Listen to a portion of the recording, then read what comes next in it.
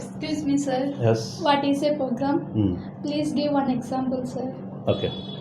Generally, the definition is a program is a set of instructions that we give to computer to perform a task. Okay, that is called a definition. For that one, if you take one example, let's take a task is sending money to friend. That is the task. To perform task, what we do, we make a program.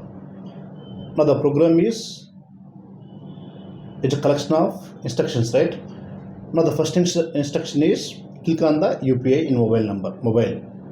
Click on the UPI. This is instruction 1. If I click, then the request, the instruction go to server. Then as a response, it open the UPI screen. Next, click on to mobile number. If I click on that one, again the instruction go to server. It open the new screen. It asks us enter a new mobile number. Now instruction 3, I give the mobile number. Click OK. Again, the instruction go to server. It will check on that mobile number we have UPI or not. If UPI is there, it opens a new screen. It asks us enter the money. Now as a new instruction, I enter the money, click OK. Now again instruction go to server. It will check now. In that account, that amount is there, not there. If that amount is available, it open the new screen, ask us enter the PIN number. Now as a new instruction, enter the PIN number, click OK.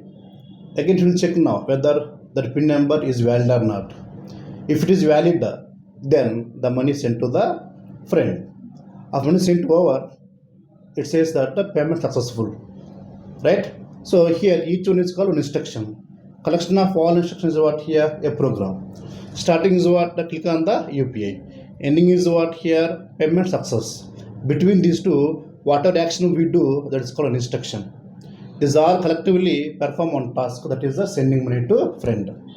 Are clear now? This is the program now. Okay? Okay, thank you, sir.